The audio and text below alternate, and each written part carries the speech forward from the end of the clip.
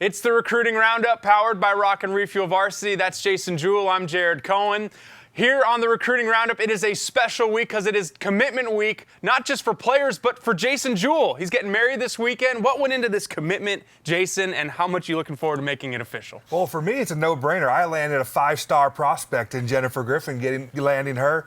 No-brainer for me. I outkicked my coverage in this one, getting married on Saturday, and it's going to be awesome. Congrats, Jason. Thank you. Appreciate it. Should be a fun time. Now let's get into the offers around the players in Arizona, starting with Terrell Brown adding his first FBS offer. Yeah, so Terrell, big receiver out of Basha High School. We've talked about the players over at Basha, Ryan Kelly, their offensive tackle, Jonathan Nathaniel, but the third player over at Basha, Terrell, 6'3", 180 pounds, had an offer from NAU, added an offer from Hawaii. It won't be his last offer. He's a very talented player. One of the hottest prospects in Arizona right now is Kyle Soley over at Saguaro. He adds his fourth offer. Yeah, was offered by UNLV. It's his fourth offer from the Mountain West Conference, as UNLV just got San Jose State, Nevada, and Hawaii. Talking to Jason Mons, he says, in the springtime, when schools come out and actually see Kyle in person, he thinks he's going to blow up. He's going to land a Power 5 offer. Colby Taylor, Jason, he got that injury, the knee injury, at the end of last season, but that hasn't shaken away schools from continuing to offer him. Yeah, actually, he has a leg injury, broke his tibia and fibula.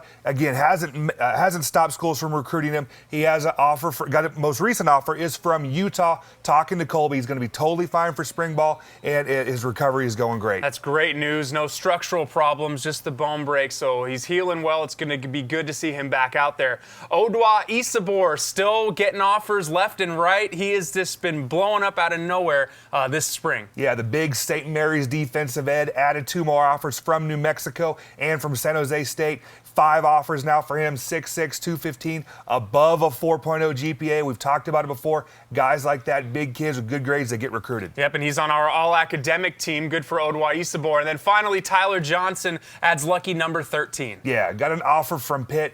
The kid's just a big-time player, is a 4-star prospect. And now, Jason, we are going to do something new that we'd like to do throughout the spring and the summer leading into next fall. We're going to have you put your coach's hat on, break down film, and we'll start with Tyler Johnson, seeing as he got this recent offer from Pitt.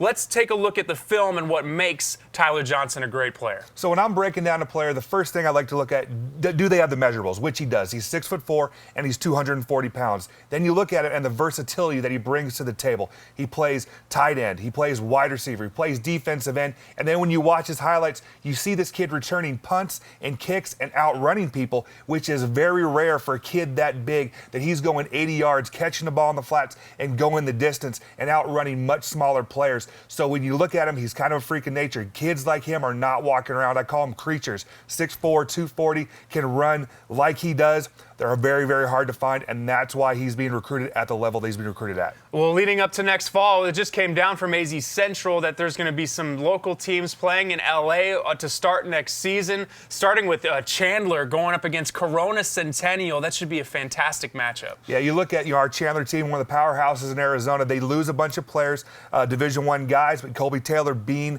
back. So it's going to be a wide receiver matchup there. Corona Centennial getting 5-star wide receiver Tyjon Lindsey, transfer over from Bishop Gorman. That's going to be a big game. Some of the other games, Mountain Point facing Upland. Desert Ridge is going to be playing Norco. Desert Vista going to be playing El Capitan. And then Brophy's going to have a new quarterback. They'll be facing Fresno Edison to start next season. Again, that's the married man soon to be. Next time you see him, he'll have a ring on his finger. That's Jason Jewell. I'm Jared Cohen. This is the Recruiting Roundup powered by Rock and Refuel Varsity.